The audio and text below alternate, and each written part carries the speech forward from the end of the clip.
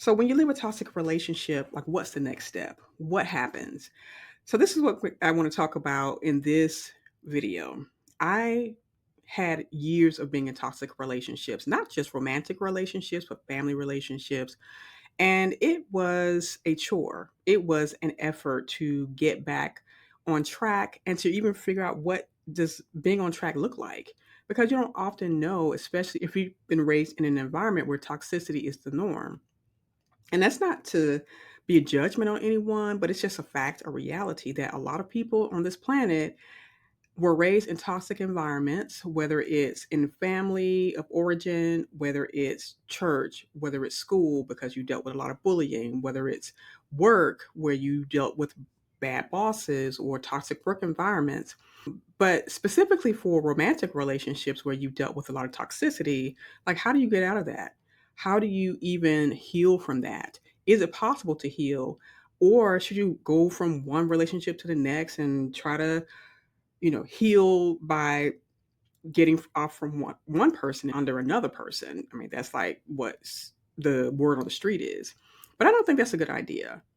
I think it takes time to really get to a place of healing, but first you have to acknowledge that you have this pain and not try to cover it up, not try to pretend that it never happened, trying to just get over it, have a good cry, and that's it. But when the fact of the matter is, if this was an environment you were in for years, even if it's just a few months, your nervous system is shot to hell. And that's just the reality of it. For me, getting out of toxic relationship, especially romantic relationships, it took a while for me to heal because I need to really dissect what happened, not so I could dwell on it and not so I can ruminate about it or complain to all my friends about it, how bad that person was. But I needed to get clear about, well, what caused this thing to happen? What made me susceptible to it? And then start the process of figuring out what healing looks like. Because oftentimes we don't know. We don't know what healing looks like, especially if you've never been in an environment where there are healthy people who you are interacting with on a regular basis, but you have been interacting with people who are pretty toxic. And you may find that you're toxic too. So, healing your own toxicity, getting to an environment that are healthy, connecting with people who you'll want to see you happy. Those are three things that you must start the process of becoming. It's not easy, like I said before, because it means you got to look deep within and you have to start being honest, really brutally honest with yourself about where you are, how you got there, and where you're going to go from now, from forward. So, who are you? How did this happen? How did you get into this environment? And this is not a self bashing session, just like you don't want to bash your ex. No, this is really about facing the truth about who you are, how you got here, and what you're going to do to keep yourself from getting in that situation again. It also have to you kind of keep in mind too that self-bullying, that's not a good thing either. Beating yourself up, woulda, coulda, shoulda, none of that helps you. It's really about looking at where you were, what the frame of mind was that got you caught up in this relationship. What were your needs, desires? What's the emptiness that you felt before you met that person? Were you with that person simply because they just liked you, or they claimed to love you, or they chased after you and you love the flattery, you love the attention, and now you don't know that you got in caught up into that? Again, it's not a judgment. It's simply this is what happened, and now I'm looking to do something different. But I want to be able to recognize, how do I get in this situation? Was my family of origin part of why? Was an emptiness inside one of the reasons why I allowed myself to be flattered, manipulated, seduced into this kind of relationship that ended up being toxic? They probably weren't even toxic to begin with, or at least you thought they weren't. Because oftentimes people put on masks, they show their mask side, and you don't really see the real side until months later, a couple of years later, either even. But then you also have been groomed to ignore red flags that happen. red flags that were waving furiously in the wind, but you just, because you wanted the attention, because you wanted to feel wanted, needed, desired, you ignored the red flags. And there's nothing wrong with that. It's not your fault. I'm here to tell you it is not your fault. It's simply human nature. But if you haven't been taught, equipped, trained to know what the signs are, if you haven't been taught to love yourself, you just don't know. And because we've been taught in our society that loves look like someone sweeping you off your feet, saying all the things you always wanted to hear, and making you feel like you're the most beautiful, gorgeous, handsome person on the planet, you think that's love. Because if you've never received love in a very healthy way, if you never learn good communication skills, if you've never learned to stand up for yourself, if you never had boundaries, then that flattery, the good words that tickle your ears, the all the things that make you feel good when you're with that person, it masks the toxicity of that person. So now you're in your training ground, and that relationship was for training. It was for you to recognize that this is not what I really want in my life. And now I want something different. So I have to do things differently. So that means I need to go back and I need to take a look at what happened. And I need to learn the lessons from those things. I need to train myself to be able to understand and recognize what a good, healthy relationship looks like. And I have to start with myself. I have to start with me. I have to start with loving myself, appreciating myself, validating myself, approving of myself, and falling so in love with myself that I recognize when someone is loving me because I've learned to love myself. This is what the after effects of being in a toxic relationship looks like. It is not a glorious, painless process. It is truly a lesson in life, a lesson in love and self love. Because that's once you get to a place where you love yourself, but how do you do that? We'll talk about that in another video.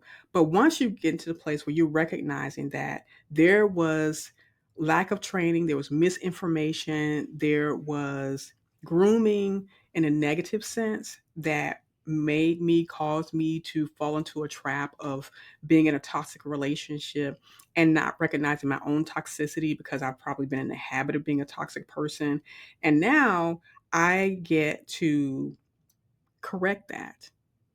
I get to upgrade my life experience because of this toxic relationship. Now, that is part one. Part two is learning how to do things differently, learning how to set your own boundaries, learning how to say no, deciding what you want out of life and what you want in relationships, how you want to feel inside of a relationship. Do you want to feel bad and crappy? Do you want to feel guilt and shame? Or do you want to feel happiness, joy, and bliss?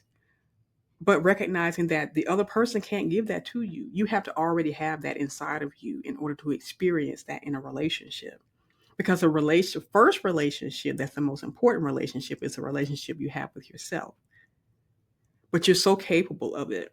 You're so good at it. You're good at loving yourself, recognizing yourself, being patient with yourself, approving of yourself, and validating yourself. Because look how far you've got in life. Look at you looking at this video right now. So you're very capable of deciding what you want in a relationship, how you want to feel. And that's really the biggest indicator. How do you want to feel in your relationship? And being able to recognize that sometimes through trial and error, when you're meeting new people, and then you kind of take an inventory and not being sucked into the flattery, being sucked into the flowery words, and being sucked to the physical of the relationship, giving yourself time, being patient with yourself.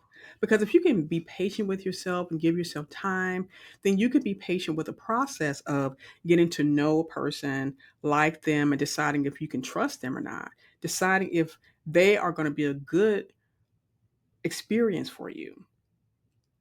And just because they may not be a good experience for you doesn't make them a bad person, doesn't make you a bad person. But you get to the place where you get to exercise the self trust because you know what you want and you are able to feel into that and recognize the little things. Like, because now you're learning to love yourself and you recognize, would I say this to myself and claim to love myself? Would I do this and claim to love me? If the answer is no, then you know that that person is not loving you. And so once you have gone through the process of loving yourself, trusting yourself, deciding what you want inside of a relationship, then you can go out and you can freely interact with people. You know you've learned the lessons from those past relationships. You can even be thankful for those relationships because it brought you to this point in your life where you are now able to fix what went wrong, upgrade your life experience, and know that this is a consistent, continuous process. It's not a one and done because new relationship, there could be new lessons that you need to learn.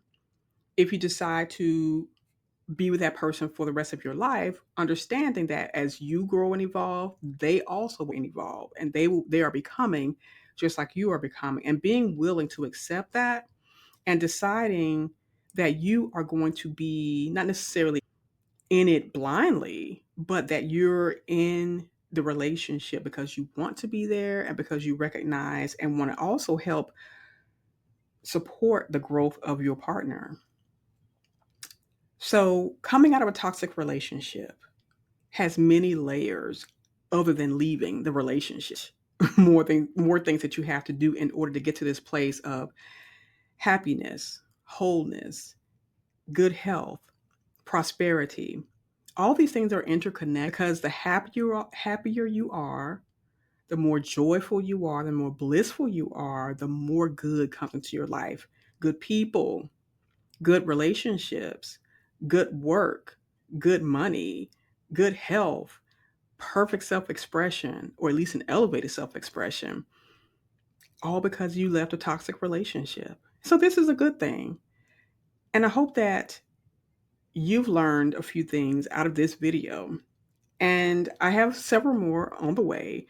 I am just really just going to share my experiences and how I navigated the process of healing when I got out of a toxic relationship, and how my process of learning to know, love, and accept myself after the toxic relationship, and then being able to decide what I really wanted in a relationship that makes me feel supported, loved, cherished, adored, and in the same way that I will love, support, cherish, and adore my partner.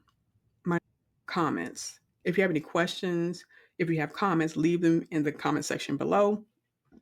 If there's a topic you want me to talk about, also leave them in the comment section below. Be sure to like and subscribe and ring the bell so you'll know when my next video drops. I'm really trying to be as raw and real with you because being myself is such a wonderful thing. And doing videos like this, it makes me feel good because I get to share my experiences with you and I get to just love on you because I truly love you. And also to share process of coming into self-awareness, because that's the thing that really elevates and really gets you where you need to be as a happy, healthy, whole. So until next, and I also am opening up some spaces for coaching, audio coaching, where you send your question and I answer your question specifically for your situation. There's going to be in the comment in the description below. So be sure to check that out in the first comment as well.